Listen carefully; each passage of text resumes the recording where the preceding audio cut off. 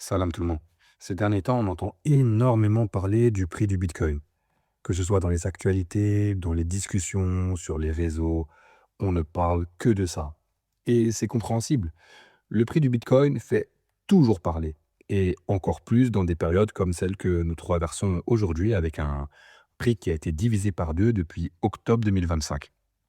Alors c'est impressionnant, ça interroge, ça inquiète certains, ça en inquiète beaucoup même, ça en excite d'autres et autour de moi, je le ressens, tout cela dans les discussions, dans les questions que l'on me pose, dans la manière dont le prix semble occuper toute la place.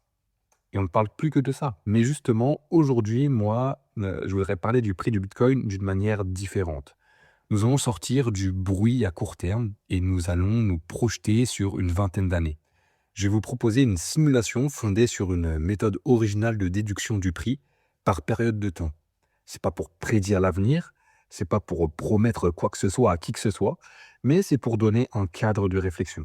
L'objectif est simple, aider ceux qui sont encore obsédés par le prix instantané à retrouver une vision de long terme, à gagner en sérénité et surtout en compréhension. Parce que si je te dis Bitcoin est rare, tu vas me répondre oui, 21 millions d'unités maximum, on connaît. Mais ce que beaucoup ne réalisent pas, c'est que la rareté de Bitcoin n'est pas seulement un stock final. C'est un rythme, c'est une émission programmée. Bitcoin est une monnaie qui naît bloc après bloc. Et à chaque bloc, il se passe quelque chose de fondamental. Le réseau crée une quantité déterminée de Bitcoin qui sont distribués aux mineurs en récompense. C'est à partir de ce principe très simple, mécanique en fait, un principe ancré dans le protocole, que nous allons construire notre simulation. Avant d'entrer dans le modèle de prédiction, de détermination, si vous voulez approfondir cette réflexion sur un plan plus éthique et spirituel, avec une vraie analyse de l'inflation, de la dette, du riba, de la justice monétaire et de notre responsabilité individuelle, j'ai écrit un livre qui s'appelle Bitcoin est-il obligatoire en islam? Il est entièrement gratuit, il se lit rapidement et le lien est dans la description. Si vous le lisez, je serais vraiment intéressé d'avoir votre retour en commentaire. Barakallahu fikum. Maintenant, revenons à notre question. Que devient le prix du Bitcoin si on cesse de le regarder au jour, à la semaine et qu'on commence à le regarder à l'échelle d'une génération? Donc, revenons à notre simulation que je vous propose. Comme vous le savez, le réseau Bitcoin est sécurisé par des mineurs. Ces mineurs sont en compétition pour résoudre un problème mathématique, un problème cryptographique le plus rapidement possible. Le protocole est conçu de manière très précise. La difficulté de ce problème s'ajuste automatiquement pour que, en moyenne, une solution soit trouvée par un mineur toutes les 10 minutes. Toutes les 10 minutes, donc, un nouveau bloc est ajouté à la blockchain. Et le mineur qui a résolu le problème, qui valide ce bloc, reçoit une récompense composée de deux éléments. Des bitcoins qui sont nouvellement créés, c'est ce qu'on appelle la subvention, et les frais de transaction qui sont payés par les utilisateurs du réseau. C'est ce mécanisme qui permet à la fois la création monétaire et la sécurisation du réseau. Maintenant, il y a une règle centrale dans le protocole. Tous les 210 000 blocs, soit environ tous les 4 ans, la quantité de Bitcoin nouvellement créée par bloc est divisée par 2. C'est ce qu'on appelle le halving. Au tout début de l'histoire des Bitcoin, en 2009, la récompense était de 50 Bitcoins par bloc. En 2012, lors du premier halving, elle passe à 25 Bitcoins par bloc. À cette époque, le prix d'un Bitcoin était d'environ 9,50 euros, ce qui donnait une valeur totale par bloc d'environ 237 euros gagnés par un mineur. En 2016, un nouveau halving, la récompense tombe à 12,5 bitcoins par bloc. La valeur totale d'un bloc atteint alors 7 360 euros pour un bloc. En 2020, encore halving, 6,25 bitcoins par bloc et la valeur grimpe à environ 49,5 euros par bloc. Et en avril 2024, dernière halving en date, la récompense est passée à 3,125 bitcoins et avec le prix à l'époque du bitcoin, on atteignait une récompense de 190 000 euros par bloc. On constate que malgré une diminution très rapide du nombre de bitcoins émis en récompense, la valeur en euros par bloc miné augmente de manière impressionnante. Et c'est précisément à partir de cette observation que nous allons construire notre simulation. L'idée est la suivante. Et si, là, à partir de maintenant, la valeur en euros d'un bloc Bitcoin, c'est-à-dire de ce que rapporte un bloc au mineur, arrêtait d'augmenter et restait globalement stable autour du niveau de 2024, disons 190 000 euros par bloc. Qu'est-ce que ça implique mécaniquement pour le prix du Bitcoin au fil des halvings? Si le protocole divise la subvention par deux, mais que la valeur économique d'un bloc reste stable, alors le prix par Bitcoin doit forcément s'ajuster. Attention, ce n'est pas une prophétie. Ce n'est pas Bitcoin va faire X dans tant de temps. C'est plutôt un exercice de modélisation. On teste une hypothèse, on déroule les implications, on explore des scénarios. Revenons au mécanisme. Comme nous l'avons dit, Bitcoin est un réseau où des mineurs sécurisent les transactions en dépensant de l'énergie. Toutes les 10 minutes environ, un nouveau bloc est ajouté. Celui qui trouve le bloc le reçoit donc une récompense. Récompense avec deux composantes, la subvention, donc c'est une Bitcoin nouvellement créée, et les frais qui sont payés par les utilisateurs pour que leurs transactions soient incluses dans ce bloc. Donc le block reward, dans la réalité économique, c'est le revenu total par bloc. Subvention plus frais. La subvention est programmée. Les frais, eux, ne le sont pas. La subvention suit une règle froide mathématique. Les frais dépendent, eux, de l'usage, de la congestion du réseau, de l'activité réelle sur la chaîne. Bitcoin réduit progressivement la création monétaire via les halving, comme on l'a expliqué un peu plus haut. Mais le réseau doit rester sécurisé. Donc, à long terme, la sécurité devra être financée de plus en plus par les frais de transaction. Dans le système fiat, l'émission monétaire dépend des banques centrales, du crédit, de la dette. Dans Bitcoin, l'inflation monétaire est structurellement décroissante. Cela a une conséquence cruciale. Le flux de nouveaux bitcoins disponibles à la vente diminue au fur et à mesure au fil du temps. Pourquoi est-ce que cela a un lien avec le prix? Parce que les mineurs ont des coûts réels. Ils doivent payer l'électricité, leur énergie, ils doivent payer les machines, la maintenance. Le revenu par bloc est donc un point d'équilibre entre sécurité, coût, prix et usage. Si le prix est trop bas et que les frais sont faibles, certains mineurs éteignent leur machine. La difficulté s'ajuste et le réseau retrouve un équilibre. Donc derrière chaque bloc, il y a une réalité économique. Bitcoin est ancré dans le réel. Et nous allons utiliser cette réalité comme boussole. Maintenant, posons notre hypothèse de départ. À partir d'aujourd'hui, la valeur économique totale d'un bloc, c'est-à-dire le revenu des mineurs, reste toujours autour de 190 000 euros par bloc. Cela nous force à poser une question simple. Si la subvention diminue, qui va compenser? Est-ce que c'est les prix? Est-ce que c'est les frais de transaction? Est-ce que c'est les deux? Donc, commençons sans les frais, juste pour comprendre un peu la mécanique. Si on suppose que le revenu du bloc vient uniquement de la subvention et que la valeur du bloc reste à 190 000 euros, alors avec 3,125 BTC par bloc comme actuellement, on obtient environ 60 800 euros par BTC, ce qui est grosso modo le prix actuel. Avec 1,6 Bitcoin comme en 2028, environ 121 000 euros par BTC, puis 243 000 euros en 2032 pour le halving de 2032. 486 400 euros en 2036, 972 000 euros en 2040, 1,9 million en 2044, puis près de 3,9 millions en 2048. Encore une fois, ce n'est pas une prédiction, c'est la conséquence logique de notre hypothèse. Mais évidemment, dans la réalité, il y a les frais. Le revenu par bloc, c'est subvention plus des frais. On introduit donc une variable, la part des frais dans le revenu total du bloc. Historiquement, les frais de transaction ont toujours représenté une part relativement faible de la récompense totale par bloc.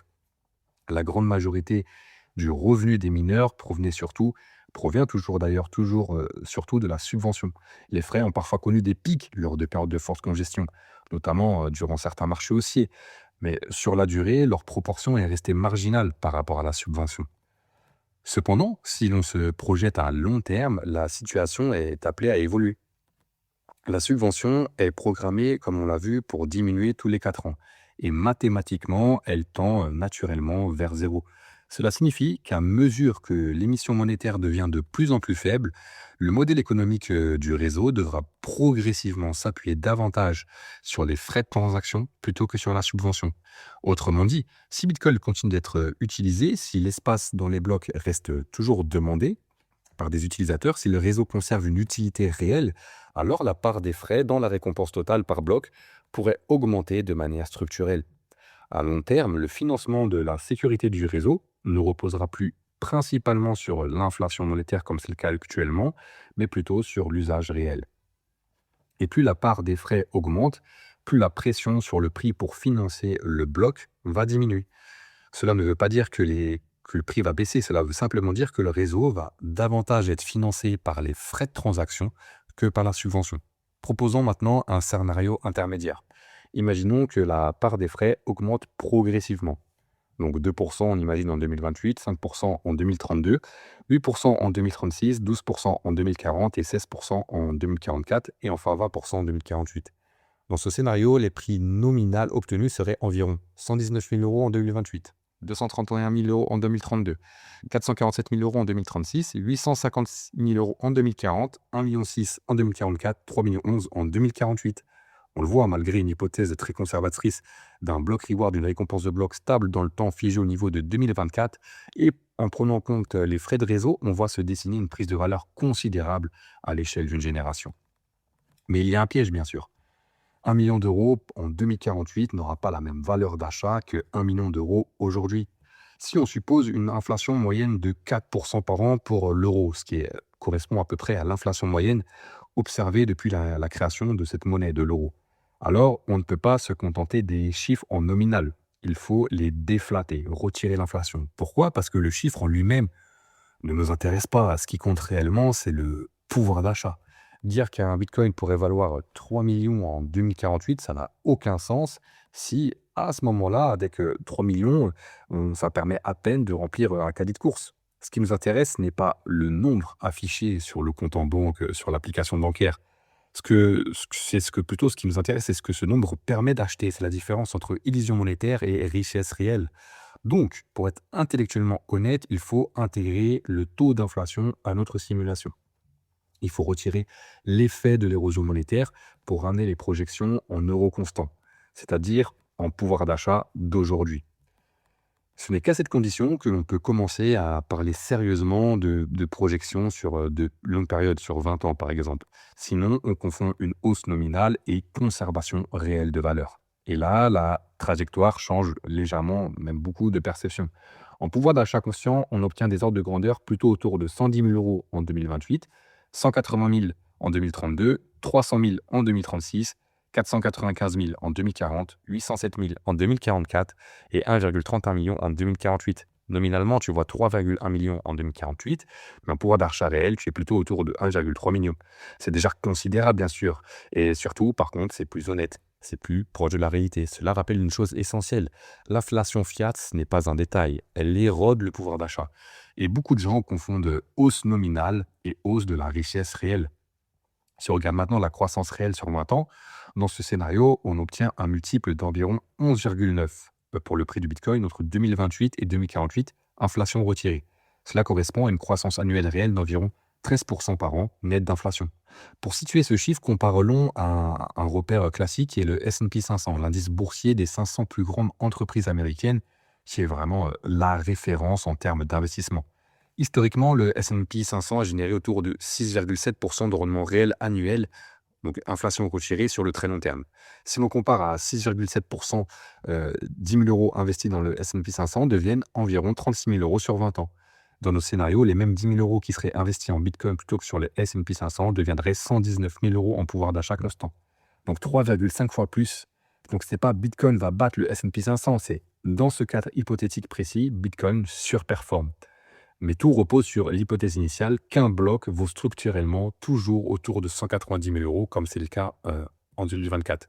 Et c'est là que se trouve la vraie question. Est-ce que sécuriser un réseau monétaire mondial nécessitera ce niveau de revenus par bloc? Est-ce que les utilisateurs accepteront de payer suffisamment de frais de transaction? Est-ce que le prix s'ajustera à la hausse, comme ça l'a toujours fait jusqu'à présent? Est-ce que des couches secondaires modifieront l'économie on-chain? Ce modèle ne prédit pas. Il oblige par contre à penser. Quels flux vont financer la sécurité? Quelle part vient de l'inflation monétaire? Quelle part va venir de l'usage réel? Et comment l'inflation de l'euro fausse vraiment notre perception de la valeur? Bitcoin, ce n'est pas seulement 21 millions. C'est un calendrier de rareté, c'est un rythme de contraction monétaire. Et le halving, ce n'est pas un événement de hype autour duquel tout le monde s'agite, c'est une réduction programmée de l'émission. Si la valeur économique d'un bloc reste stable, alors le prix doit absorber la concentration de la subvention. Si les fees augmentent, la dynamique change. Si l'inflation fiat persiste, le nominal peut donner une illusion de richesse. Ce que j'essaie de proposer ici, ce n'est pas une cible de prix, bien sûr, c'est une manière de réfléchir. J'espère sincèrement que cette simulation, qui est plutôt volontairement très conservatrice, hein. Vous aurez apporté des éléments de réflexion suffisamment solides pour prendre de la distance avec le prix à court terme et avec tout le bruit médiatique permanent qui entoure Bitcoin. Parce que Bitcoin, ça ne se pense pas à l'horizon de la semaine, ni même à l'horizon de l'année. Bitcoin se pense à l'échelle des décennies. Et ce que cette simulation met en évidence, c'est que Bitcoin ressemble beaucoup plus à un véhicule d'épargne générationnel plutôt qu'à un simple actif spéculatif. On le voit bien ici, nous avons construit un scénario que l'on pourrait presque qualifier de pessimiste, en supposant que la valeur d'un bloc resterait figée autour de son niveau de 2024, alors qu'elle a énormément explosé depuis le début de l'histoire de Bitcoin. Et pourtant, même dans ce cadre extrêmement prudent, la dynamique reste impressionnante. Cela nous rappelle quelque chose de fondamental. Dans un monde de monnaies qui peuvent être créées sans limite, imprimées à l'infini, un actif dont la rareté est strictement programmée devient naturellement l'un des moyens les plus efficaces pour transporter de la valeur dans le temps. Dans un monde où l'argent perd de la valeur année après année, Bitcoin est peut-être simplement une chose. C'est une réserve de rareté dans un océan d'abondance monétaire. Si vous voulez aller plus loin dans la réflexion sur l'inflation, sur la dette, sur le riba, sur la justice monétaire et la responsabilité individuelle face à toutes ces dynamiques, je vous invite vraiment à lire Bitcoin est-il obligatoire en islam. Je vous le redis, hein, le lien est dans la description et nous on se retrouve dans la prochaine vidéo, Inch'Allah.